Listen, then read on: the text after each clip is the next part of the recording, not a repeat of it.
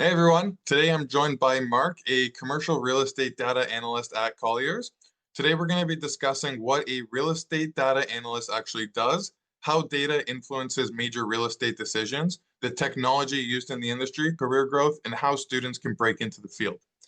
Thanks for joining me today, Mark. Thanks for having me. Now, Mark, can you tell me a little bit about your background and your current role at Colliers? Currently, I'm a student as well. I'm majoring in business technology management, but I've been working in real estate for more than a year now at Colliers, and I work in the data and research department as a data analyst. Awesome.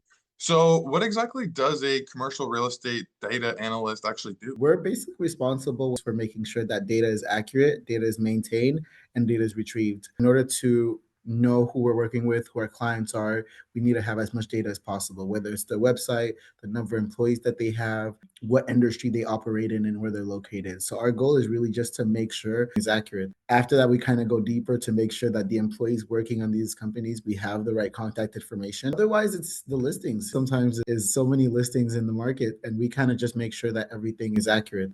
We make sure that everything is still existing in the market to verify the additional rents, we verify the net rents, we verify any information possible to make sure it stays the same, but we also track the changes, meaning if a net rate lowers, if a net rate increases, we are the first people to know and then communicate that to our brokerage. We really just want to be up to date on the trends. We want to be up to date on the people that work in real estate. We want to be up to date on the properties that exist. Interesting. Okay, so it's kind of like two main categories I'm hearing. There's that data verification, making sure that when you're going out there, that the data that you're actually looking at, everything is up to date and accurate. And then the second side is identifying trends. So as soon as things start changing, you're identifying what direction things are starting to go. Awesome. Yes. Now, what does a typical day-to-day look like for you? First, kind of just verify the recent transactions that we had internally within our brokerage. So it's sort of making sure that every information is correct, whether it's the address, the contact, or our information as well, to make sure that once the deal is finalized and we have it within our system, there's no more changes that need to be made. Afterwards, it would be to verify listings. I think that's something that every data analyst in our company we do. We have a set of listings that kind of just need to be refreshed every 30 days, and we just verify whether they still exist, whether it's looking at the website, whether it's contacting the brokers, whether it's sending out an email. We kind of just find all the different ways to make sure that this is verified. After that, it depends on the asset class that we're working with, whether it's retail, industrial, office, multifamily, investment. I think you get the idea. But we kind of just have specific projects when we work with the brokers. Some brokers may ask us to build a contact list. Some brokers may ask us to update their marketing list. Other brokers kind of ask us to contribute to their market reports that they send out to clients. Another task would kind of just be going in person to see buildings, actually. That's way to know something is by seeing it in person. So a small portion of my day, depending on how urgent it is really just to step outside of my office, put my best shoes on, and just scour the buildings in order to know whether there's any vacancies, whether there's any opportunities, or whether it was already leased and it's no longer available. Interesting. I didn't know that there was in person going and checking out. I find that very cool as well. Now, you were mentioning that there's work with all sorts of different asset classes, and as data analyst, you're dealing with those. Now, does that typically work where a data analyst will be working on all sorts of different asset classes, or they tend to be specialized where analysts may only work on multifamily or office? You got it correctly. So we really try to specialize it, just how brokers are Mm, currently specialized, right? In order to kind of just have a really good set of priorities, we specialize the data analyst position as well. So an industrial data analyst, we have that position and they would work with only industrial brokers. They'd work with our industrial researcher. The same thing goes for office as well, where our office data analyst directly works with our office researcher and every office broker within our brokerage. So in order to really just be good at something, I think this is an expression everybody says, is in order to be good at something you got to be good at one thing. So it kind of just falls within that range for data analysts as well, where we kind of just really focus on one thing just to make sure that we really understand that market. that makes a lot of sense. Now, what types of data are most important in commercial real estate? The type of data that's really important, I mean, for one, data is a gold mine, and I think that's just something that people underestimate. The most important data is really just specific to that property. The year it was built, whether it's a new building, whether it's a historical building, the features that it possesses. So just in case of industrial, we track the grade level doors, how many doors does it possess, how tall is this building, meaning what are the clear heights. So even just those small details, we kind of just check to understand everything about the building and what it offers so we can actually sell its value. Okay, now I'm sure a lot of people are wondering, how does your analysis help brokers, investors, and clients ultimately make better decisions? It helps them tremendously, I can tell you that. So, but we all help out with the market reports as well. The market reports are really important. As much as brokers are knowledgeable and they're experts in what they do, they really, really rely on that when it comes to sending it out to clients in order to help them be informed of how the industry is currently going, how their current market is going. Okay, now in terms of an example of what this looks like, can you share an example where data revealed an insight that was not immediately obvious? Future leases is companies whose leases are coming in the later date. There's companies that sign leases in advance and they're really commencing that lease in 2027. So it's happened where our office brokers are advising the clients like, hey, this is how the building currently is. This is who you're sharing the floor with. Even though your first year, you might assume that you guys are going to be the only company sharing this floor. I have inside information that this company is coming in next year already and it's already signed. So just letting you know that this is the person that's going to be coming. So even when they're going to be introducing themselves, they're going to be like, hey, we're your new neighbors. You're already going to know that in advance. Yeah, totally. You're going to make sure they have the right information and understand kind of the future of a property more because you know kind of inside information of what's happening to the building in the coming years where, someone else might just see a vacant building. Do you know what's the story behind that? That's exactly it. And if I could give one last quick example, it would be tenants that are leaving as well, meaning even when our brokers do sign a new tenant within that property, those tenants sometimes want to expand, they want to possibly relocate to another floor, another suite. We know when these leases expire. So we would tell them, hey, for the tenant that's looking to relocate or expand, these are the suites that are going to be vacant very soon, whose leases expire very soon, or they're going to break their leases. But just letting you know, these are the possibilities for your tenant to move in. Yeah, awesome. Now, kind of switching gears more to the technology and kind of the industry trends, what software platforms and tools do you most frequently use when you're doing these kinds of analyses? It's a mixture of different softwares and tools. The first software is our CRM, or customer relationship management. It's our holy grail when it comes to data. That's the main tool that everybody touches, whether they are a data analyst, whether they are a broker or researcher. Everybody is within that software within our company or our brokerage. Second software would be AI, actually. It's one is to sort of verify, but it's kind of just in order to speed run my research. So whenever I do want to research a company or find out information about them, while I can definitely be reading their website and I can be going through every information one by one, I kind of just like to optimize my time and speed by using AI to provide a summary of that company. And then I kind of just then do a deep dive if I'm missing more information. Other tool that I'm using are just government databases. But us, we have something called EvaluWeb, which is sort of just where it's a city run government database that tells you about each property within their district. So, for example, the one in Montreal, it would tell you who the property owners are, when this was purchased, what's the square feet of that property. This is something that I love to use in order to verify who's the current landlord and, if I could get a contact information from them. Okay, so there's some kind of unique proprietary Colliers software that's getting used. There's a mixture of AI, there's a mixture of government resources, and together, you're able to complete your work. Now, Yes. you mentioned something that I'd love to get into is talking about the artificial intelligence side. So I'm curious, how is AI impacting commercial real estate analytics, and how is it being used in your day-to-day work? That question. I don't think that AI is a threat to us. I don't think that AI is necessarily impacting us negatively. I really do believe that AI is helping us be more efficient, be more productive. The time that it would usually take in order to verify listings, in order to really confirm whether something's available, is cut in half thanks to AI and it's more streamlined.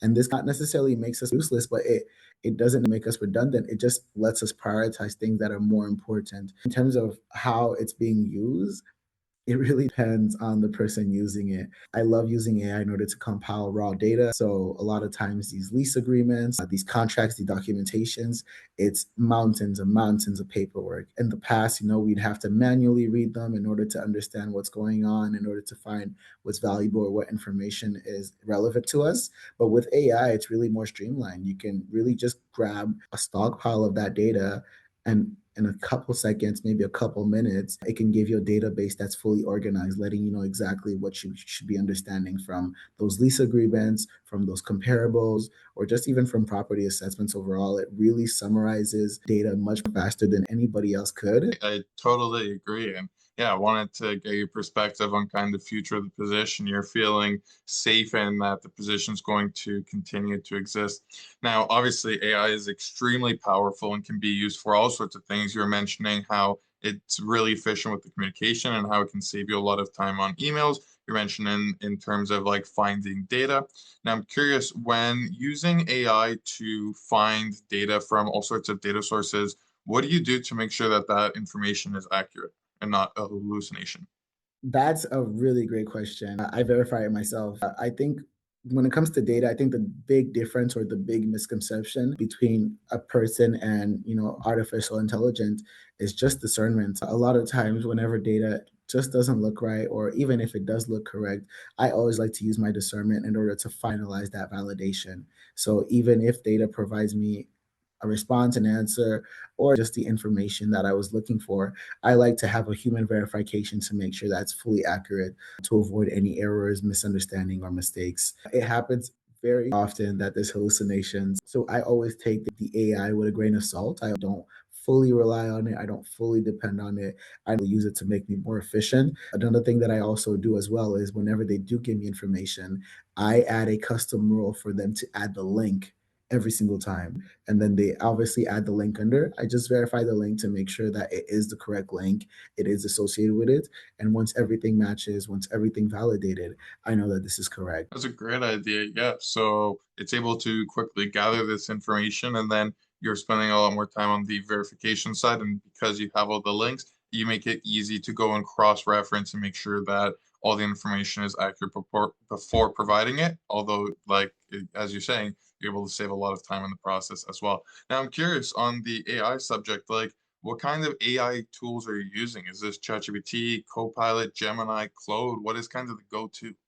Well, it depends. I think each company has their AI use policy. When it comes to Colliers, we strictly use Copilot for the moment. That's really what we've been using. When it comes to online search, when it comes to web scraping, I like to use Gemini just because Gemini, in a few seconds, it would know which websites, which links to verify or find that information from, and it makes it the most accurate as possible. Interesting. Yes. Okay. So Colliers has specific guidelines on a AI model that they are most comfortable with, they trust the most. So in your case, you're using a lot of Copilot, although there's other use cases where other apps may be more useful. Now, this is a part that I always find really interesting. It's, kind of looking back and helping people get into your position and kind of follow in your footsteps.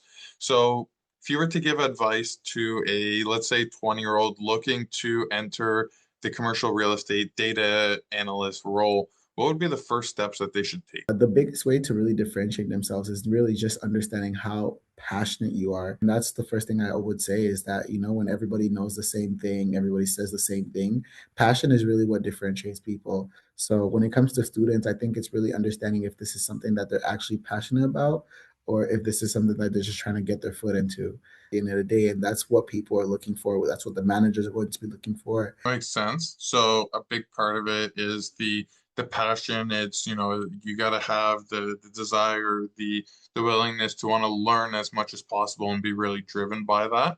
Now, for the students that are really driven by this type of work, is it typically kind of like internships that gets your foot in the door for a position? Do you apply directly once you've graduated? What does the typical path look like? I would say it's the mixture of both. If for students especially, I would focus on the internships. I'd prioritize the internships. Why? Because the goal of this internship is sort of to put your foot in the door, to give you an idea, to give you an aspect of what this career, role, or industry would look like. You can apply, through any online portal, through any online form. But to be very frank with you, I think it does get a little more challenging compared to internships.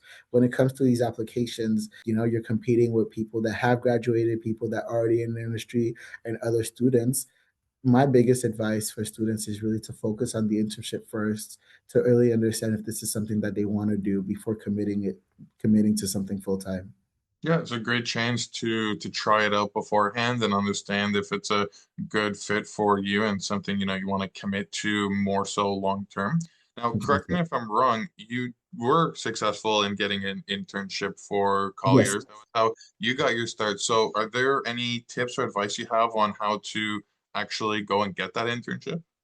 Yeah, actually, like I'm really happy that you asked. I would really do recommend interns, whether it's on campus, whether it's at networking events, whether it's at recruitment events, to kind of just step outside of their comfort zone and really start building relationships as early as they can. The sooner the better, and the sooner they do, the faster opportunity would come their way. But when it comes to me, I think I really, during my first weeks, during my first month at Colliers, I really focused more on the networking, the relationship building, to make sure that I wasn't just another intern.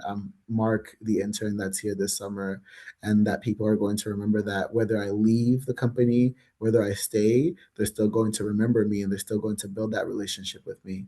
So that's really the biggest thing I would tell students is that don't focus on the internship first. When you come to a networking event, when you go to a panel discussion, don't just show up because you're hoping to get an internship. Show up because you're hoping to build a relationship with that person. Show up because you would potentially want to know that person and you want that person to also know about you. Just by showing up, just by building relationships, they'll be able to get an opportunity much faster than any other job application. Yeah, that's such a powerful point. It's that, you want to go in there not with the reason of, oh, I'm trying to find a job today. It's how can I, build a relationship with this person? What value can I bring to this relationship? What are insightful questions that I can learn from this person? And, as you start to build that relationship, you start messaging on LinkedIn, or maybe you go for a coffee Mhm. chat. When you have that relationship, that foot in the door, that's powerful, and that's what's going to help get you the internship, but it's also going to help you stand out once you have it, so that Yeah. hopefully you get that return offer at the end of your summer. 100%. I think the only last point I would add to that is I think sometimes it's something that most students don't really realize is as much as you're an intern, as much as you're somebody who just graduated and you're looking for an opportunity, people don't really hire you, or people don't always hire you because you're qualified, or because you know more than anybody else. People want to hire you because it seems like you're somebody they would want to work with and Hmm. continue working with. If you're working with somebody that you like, you're going to want to show up the next day and clock in again. But when you're working with people that you really don't enjoy working with, it kind of just becomes a hostile environment for everybody. So true. Now, Mark, final question. Who Yeah. should absolutely be a commercial real estate data analyst and who should not?